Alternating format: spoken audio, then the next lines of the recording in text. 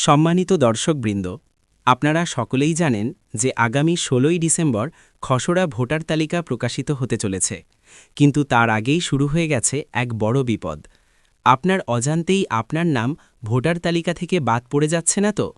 নির্বাচন কমিশন ইতিমধ্যেই এই তালিকা প্রকাশ করা শুরু করেছে, যা দেখে অনেকেরই মাথায় হাত পড়েছে। কাদের নাম বাদ যাচ্ছে এবং ঠিক কী কারণে বাদ যাচ্ছে, এই ভিডিওটি শেষ পর্যন্ত না দেখলে হয়তো আপনি বড় সমস্যায় পড়তে পারেন।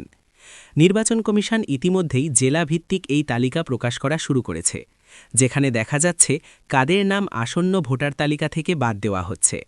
আপনি অনস্ক্রিনে দেখতেই পাচ্ছেন বিভিন্ন কারণে ভোটারদের নাম বাতিল করা হচ্ছে। এর প্রধানত ৩টি কারণ এখানে উল্লেখ করা হয়েছে। প্রথমত, যারা স্থায়ীভাবে তাদের বাসস্থান পরিবর্তন করেছেন, অর্থাৎ আগে যেখানে থাকতেন সেখান থেকে পাকাপাকিভাবে অন্য জায়গায় শিফট হয়ে গেছেন, তাদের নাম পুরনো জায়গার তালিকা থেকে বাদ দেওয়া হচ্ছে। দ্বিতীয়ত, যেসব ভোটার মারা গেছেন তাদের নাম মৃত বা ডেড হিসেবে চিহ্নিত করে তালিকা থেকে বাদ দেওয়া হচ্ছে।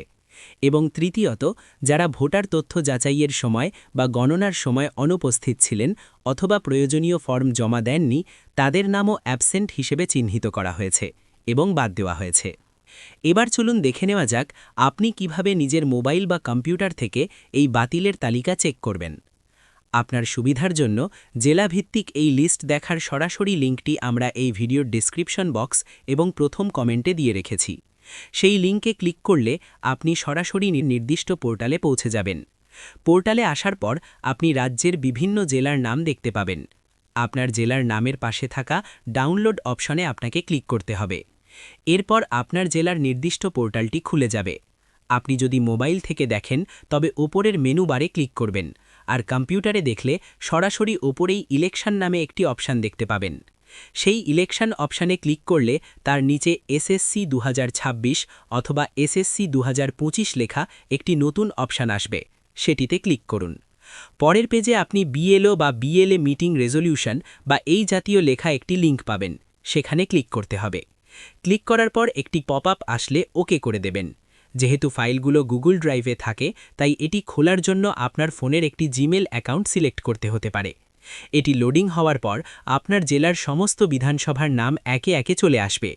এখানে আপনি দেখতে পাবেন কোন তারিখের তালিকা আপলোড হয়েছে। এখান থেকে আপনি আপনার নিজের বিধানসভাটি খুঁজে বের করুন। আপনার বিধানসভার ফোল্ডারে ক্লিক করলে আপনি বিভিন্ন তালিকা দেখতে পাবেন, যেমন অ্যাডেড লিস্ট এবং ডিলিটেড লিস্ট। আপনি যেই লিস্ট দেখতে চান সেটাতে ক্লিক করবেন। এই তালিকাটি ওপেন করলেই আপনি দেখতে পাবেন কাদের নাম বাদ গেছে এবং পাশে তার কারণও লেখা থাকবে, যেমন শিফটেড কিংবা ডেড। আশা করি আজকের তথ্যটি আপনার জন্য অত্যন্ত গুরুত্বপূর্ণ ছিল। ভিডিওটি আপনার বন্ধু এবং আত্মীয়দের সাথে শেয়ার করে তাদেরও সতর্ক করে দিন, যাতে তারাও নিজেদের নাম চেক করে নিতে পারেন। পরবর্তী ভিডিও দেখার জন্য আমাদের সাথে যুক্ত থাকুন। ধন্যবাদ।